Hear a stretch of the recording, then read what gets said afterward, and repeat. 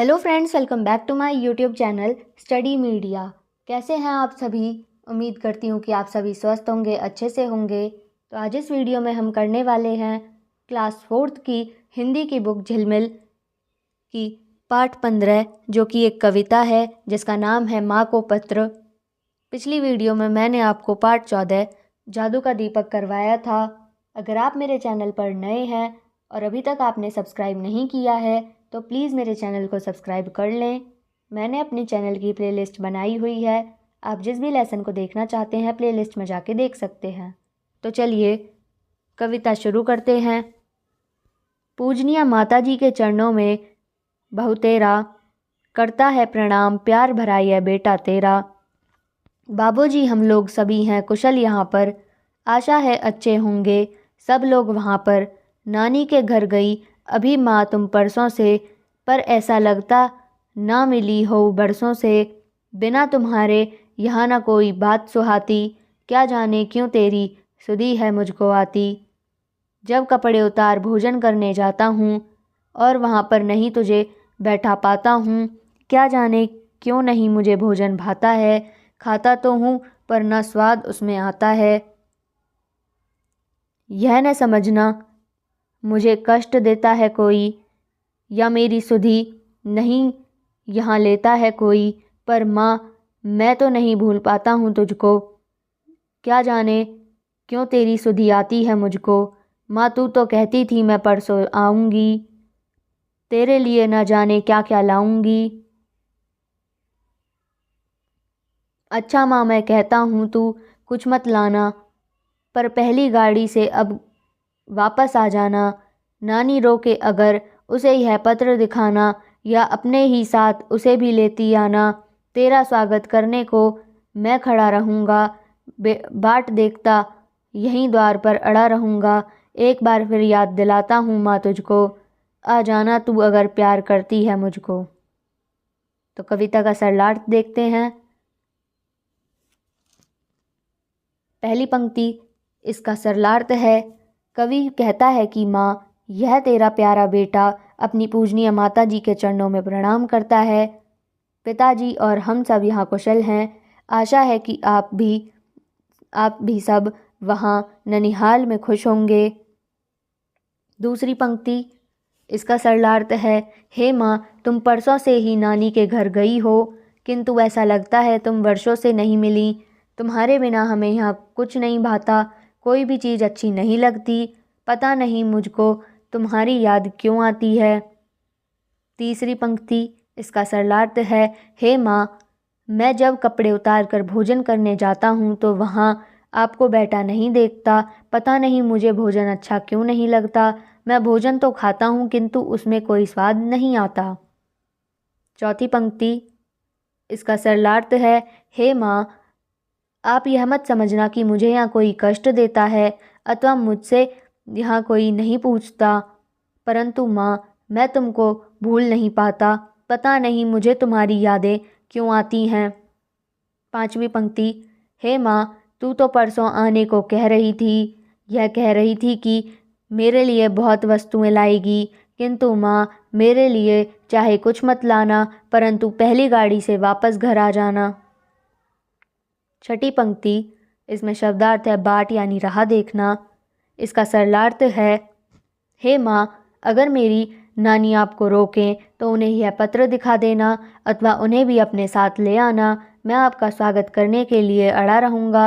मैं राह देखता हुआ दरवाजे पर ही अड़ा रहूँगा।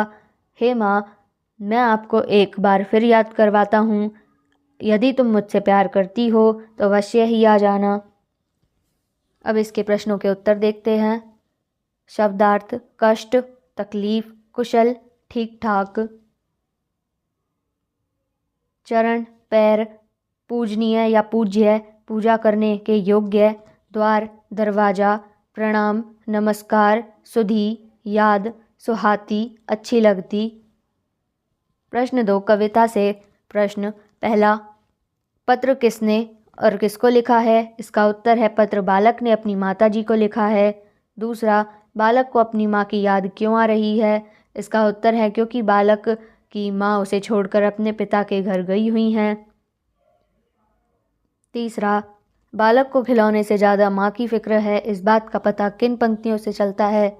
इसका उत्तर है, अच्छा माँ मैं कहता हूँ तू कुछ मत लाना, पर पहली गाड़ी से अब घर वापस आना। प्रश्न 3 आपकी बात। पहला, जब आपकी माँ आपको छोड़कर कहीं चली जाती हैं तो आपको कैसा लगता है? इसका उत्तर है, मुझे अच्छा नहीं लगता है। दूसरा, मेहमान के आने पर आप उनका स्वागत कैसे करते हो? इसका उत्तर है, हाथ जोड़कर नमस्कार करते हैं, चाय नाश्ते का इंतज़ाम करते हैं। प्रश्न 4 कविता से आगे। पहला, माँ बेटे को अपने साथ क्यों नहीं लेकर गई होंगी, सोचकर बताइए। दूसरा, माँ अपने बेटे को छोड़कर अपनी माँ से मिलने क्यों चली गई होंगी? माँ ने ऐसा काम हुआ होगा जिसके कारण उसे जाना पड़ा।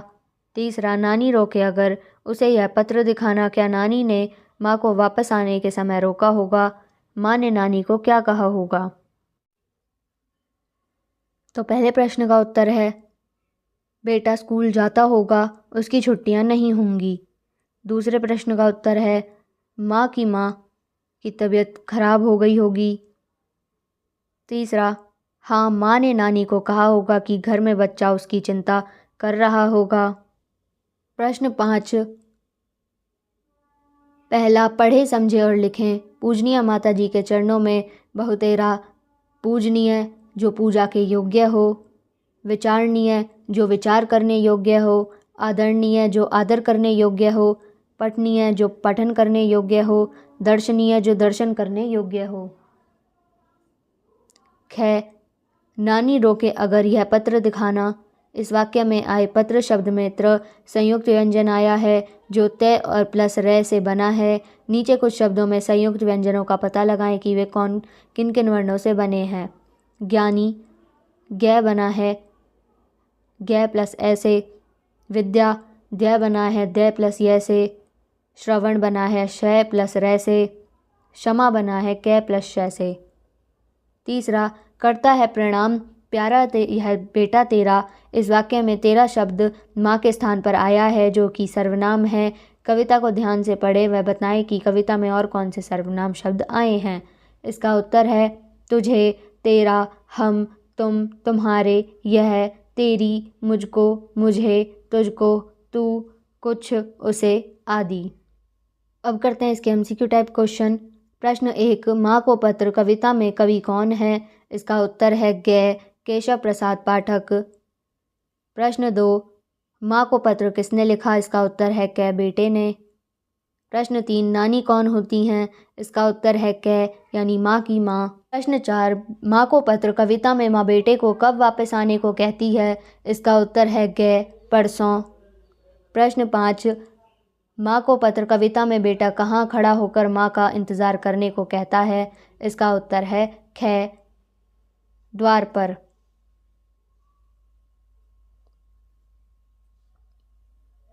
अब करते हैं आपने कितना सीखा। पहला, इन शब्दों के सही अर्थ बॉक्स में लिखें। श्रमिक यानी मजदूर, ग्वाला यानी गाय चराने वाला, शीघ्रता यानी जल्दी से, कुशल यानी ठीक ठाक।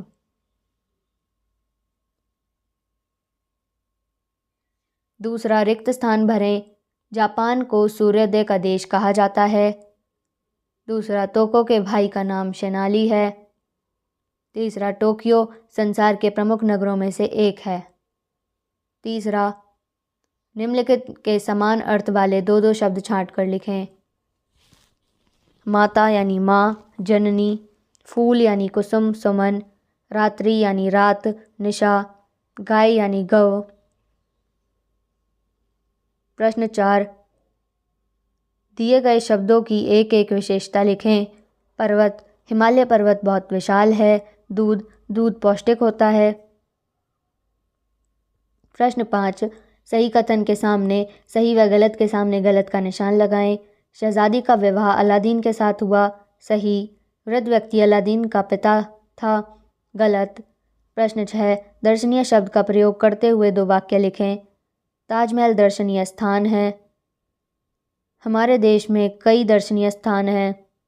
प्रश्न 7, वाक्यांशों के लिए एक एक शब्द लिखें जो प्रशंसा करने योग्य हो। प्रशंसनीय, जो पढ़ने योग्य हो पठनीय, जो देखने योग्य हो दर्शनीय। प्रश्न 8, निम्नलिखित प्रश्नों के उत्तर लिखें। चेरी उत्सव कब मनाया जाता है? इसका उत्तर है चेरी के वृक्षों पर जब सुंदर फूल खिलते हैं तब उत्सव मनाया जाता है। बालक ने किसको गीता पढ़ने की बात की है? इसका उत्तर है बालक ने कंस मामा को गीता पढ़ाने की बात की है। जिन ने अलादीन की सहायता कैसे की? इसका उत्तर है जिन ने अलादीन को पहले गुफा से बाहर निकाला, फिर उसको एक महल बनाकर दिया और वापस उसे उसके देश ले गया। बालक को माँ की याद क्यों आती है? इसका उत्तर है क्योंकि बालक की माँ उसे छोड़कर अपने पिता के घर गई है। तो यहाँ पे ये वीडियो ख़त्म होती है। आपको ये वीडियो कैसी लगी मुझे कमेंट करके ज़रूर बताएं। वीडियो को लाइक करें, शेयर करें और चैनल को सब्सक्राइब करना ना भूलें। Thank you.